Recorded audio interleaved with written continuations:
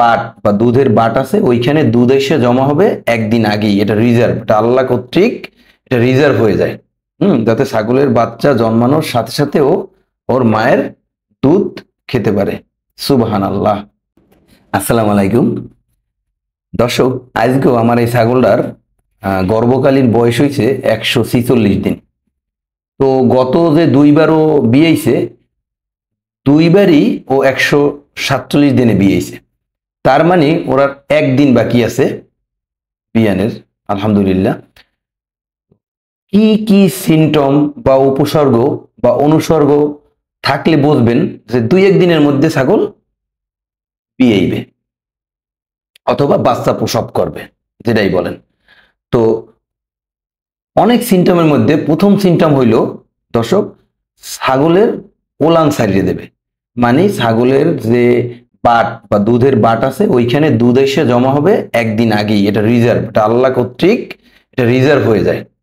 যাতে ছাগলের বাচ্চা জন্মানোর সাথে সাথেও ওর মায়ের দুধ খেতে পারে। সুবহানাল্লাহ। এটা হলো প্রথম সিমটমস।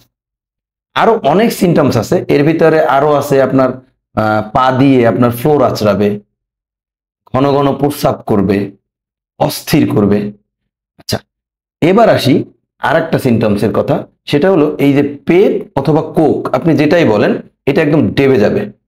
হ্যাঁ, এভাবে একটা গর্তের মতো হবে। আমি আঙ্গুল দিয়ে দেখিয়ে দিচ্ছি দর্শক, একটা ট্রায়াঙ্গেল, মানে আমরা যে ত্রিভুজ আঁকতাম অঙ্কে যে আমরা ত্রিভুজ করতাম না, জ্যামিতি আর কি, সেই ত্রিভুজের মতো হয়ে যাবে জাস্ট এই জায়গাটা।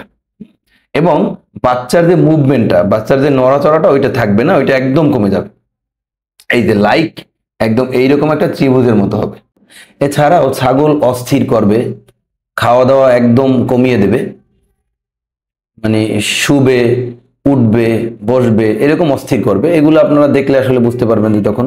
আর একটা যেটা হবে সেটা হলো কি, ওর যে প্রস্রাবের যে জায়গাটা আছে ওইখান থেকে আপনার মিউকাস জাতীয় একটা জিনিস, লিকুইড একটা বের হবে।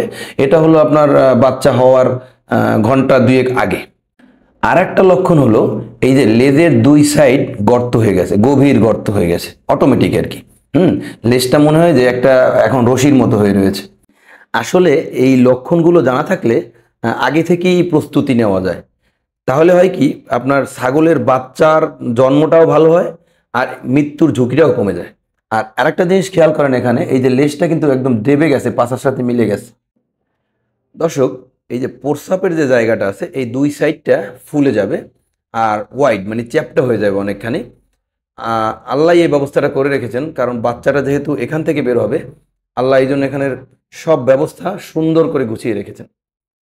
তো আমি এই জিনিসগুলো আগে পারতাম না, ঠিক আছে। প্রথমবার যখন আমার ছাগলের বাচ্চা হয়েছিল তখন আসলে আমি কিছুই বুঝতে পারি। দ্বিতীয়বার বাচ্চা হওয়ার সময় এই ধরনের প্রবলেম ইনশাল্লাহ আমার হয় নাই, কারণ আমি কিছু ভিডিও দেখছিলাম যার কারণে। তবে আমার কাছে মনে হয়েছে কি, যে আপনাদের আমি অল্প সময়ের ভিতরে বিস্তারিত তথ্য দেব, এই কারণে আসলে মূলত আমার এই ভিডিওটা করা। তো আমি কতটুকু পারছি জানি না, তবে চেষ্টা করছি। এতে যদি আপনাদের উপকার হয় তাইলে আমার ভালো লাগবে। আমার জন্য দোয়া করবেন। আসসালামু আলাইকুম।